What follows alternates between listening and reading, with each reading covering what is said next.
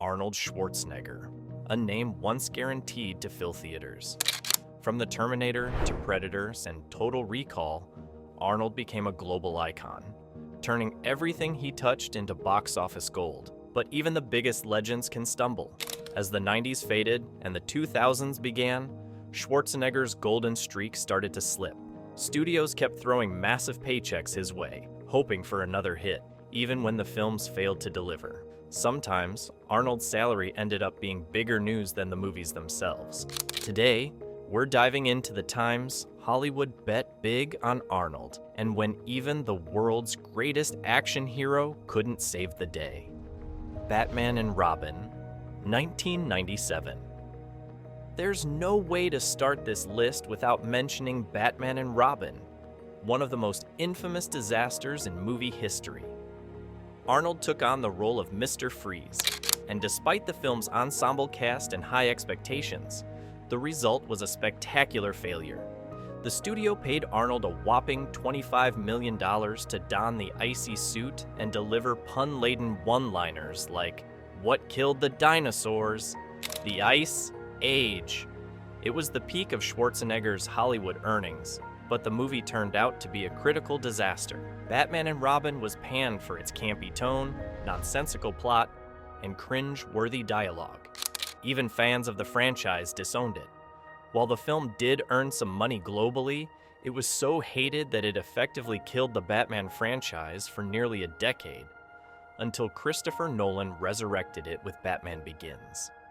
It's hard to imagine a more glaring example of a star being grossly overpaid for a catastrophic misfire. The Sixth Day, 2000. In the early 2000s, Schwarzenegger's star power was visibly dimming, but that didn't stop studios from banking on him.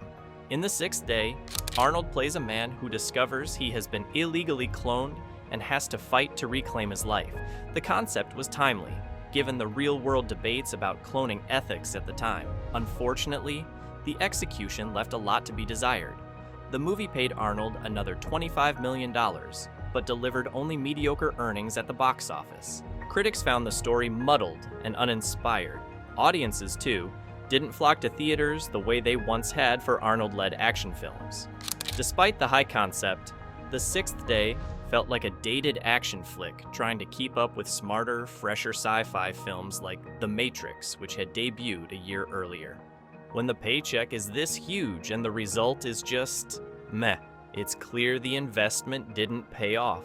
End of Days, 1999. Arnold's foray into horror thrillers with End of Days marked another moment when studios bet big and lost big. In this film, Schwarzenegger plays a burned-out ex-cop facing off against none other than Satan himself, played by Gabriel Byrne, as the millennium approaches. It's a dark, apocalyptic thriller that wanted to blend action with religious horror, but ended up falling flat on both fronts. Arnold was once again paid $25 million, but the film was met with awful reviews across the board. Critics called it a grim, humorless slog, and audiences didn't respond much better. Though End of Days made a modest profit internationally, it was far from a hit and certainly didn't justify its astronomical star salary. It's a prime example of how even Arnold's massive fan base couldn't save a poorly made movie. Collateral Damage, 2002. By 2002, it was painfully obvious that Schwarzenegger's asking price was far out of sync with his box office draw. Collateral Damage was positioned as a post-9/11 patriotic action movie, with Arnold playing a firefighter who seeks revenge on Colombian terrorists after losing his family in a bombing. The movie had to be delayed due to the sensitive subject matter, and when it finally hit theaters, it felt outdated and insensitive. Despite paying Arnold $25 million, the film lost money, becoming another disappointment in his later career. Reviews cited a tired formula, weak storytelling, and a general sense that the action hero era of the 80s was well and truly over. It was another stark reminder that star power alone couldn't guarantee success anymore. Around the World in 80 Days, 2004. Not every flop on this list features Arnold in the lead role. Sometimes even a high-profile cameo came with a massive price tag. In Around the World in 80 Days, a colorful and chaotic adaptation of Jules Verne's novel, Schwarzenegger played Prince Happy in a brief but highly publicized role. Reports suggest he was paid somewhere between $10 to $15 million for his few minutes on screen. The movie itself was a massive flop, barely making a dent at the box office despite its big budget and international appeal efforts. It was an embarrassing outing for everyone involved, but especially for Schwarzenegger, whose expensive cameo ended up doing nothing to boost the film's fortunes. Maggie, 2015.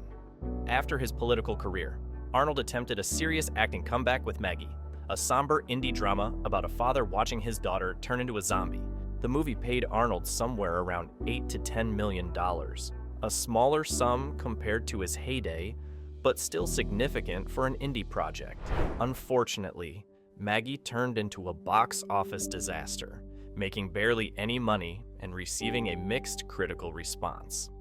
While Arnold's performance was praised for showing a different, more emotional side, the slow pacing and depressing tone didn't resonate with audiences. It proved that even when trying something new, the Schwarzenegger brand didn't guarantee commercial success anymore. Sabotage, 2014. Arnold's post-politics career included several attempts to return to his action roots, and Sabotage was one of the more painful missteps. In Sabotage, he played the leader of an elite DEA task force, caught in a web of betrayal and bloody revenge. Despite a budget-friendly scale, Arnold reportedly received around $10 million. A steep investment considering the movie was a box office flop. Critics panned the film for its nihilistic tone and lack of compelling characters. Audiences stayed away in droves, and Sabotage failed to even crack $20 million worldwide. Once again, the star power didn't translate into ticket sales. The Last Stand, 2013. After years away from the silver screen, Arnold made his big comeback with The Last Stand. He played a small-town sheriff standing against a drug cartel kingpin, a role designed to showcase his old-school action hero charm. The studio bet on nostalgia, paying Arnold $8 to $10 million, but the results were underwhelming at best. While The Last Stand wasn't a complete embarrassment, some critics appreciated its throwback vibe. It flopped at the box office and failed to reignite Arnold's career in a meaningful way. Junior, 1994. Even at the peak of his fame, Schwarzenegger wasn't immune to strange career choices. In Junior, Arnold starred as a scientist who becomes pregnant. Yes, really. While the concept was meant to be a quirky comedy, it ended up feeling weird and off-putting. Schwarzenegger earned $15 million for the film, but the returns were meh at best. Although Junior has developed a tiny cult following over the years for its sheer absurdity, at the time it was seen as an embarrassing misstep. Not every experiment is a success, and this one cost the studio dearly. Hercules in New York, 1970.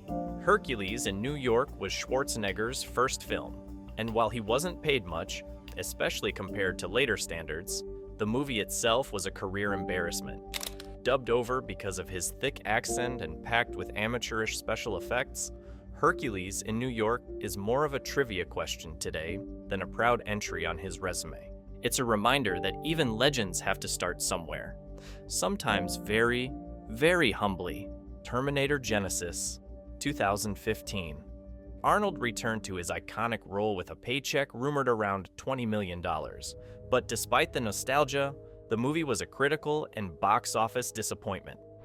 Fans felt the magic was missing, and even Arnie's charm couldn't save this messy reboot attempt. Red Sonja, Nitin Autofem. Although his role was more of a supporting character, Schwarzenegger's involvement still came with a significant payout. However, the film flopped both critically and financially, becoming one of the most forgettable fantasy films of the 80s. Conan the Destroyer, 1984.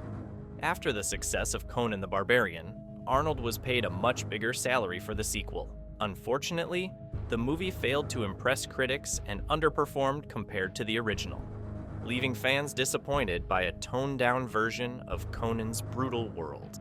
Killing Gunther, 2017.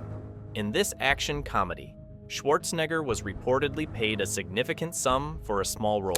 The movie received poor reviews and barely made a dent at the box office, making it one of his most forgettable projects in recent years. Arnold Schwarzenegger will always be a titan in the world of cinema, no matter how many box office bombs litter his filmography. His presence, persona, and unmatched legacy ensure his place among the greatest movie stars of all time. As these movies show, handing over massive paychecks doesn't always guarantee success. In fact, it sometimes guarantees a very expensive failure. Whether it was $25 million for Mr. Freeze in A Critical Disaster, $25 million for a cloned man in a mediocre sci-fi, or $25 million battling Satan with awful reviews, these roles serve as reminders that even Arnold couldn't muscle his way through everything. Hollywood is a gamble, and sometimes even the biggest legends lose, and the big paychecks didn't mean big success. Thanks for watching. Don't forget to like, subscribe, and drop your favorite Arnold movie in the comments below. Until next time, stay legendary.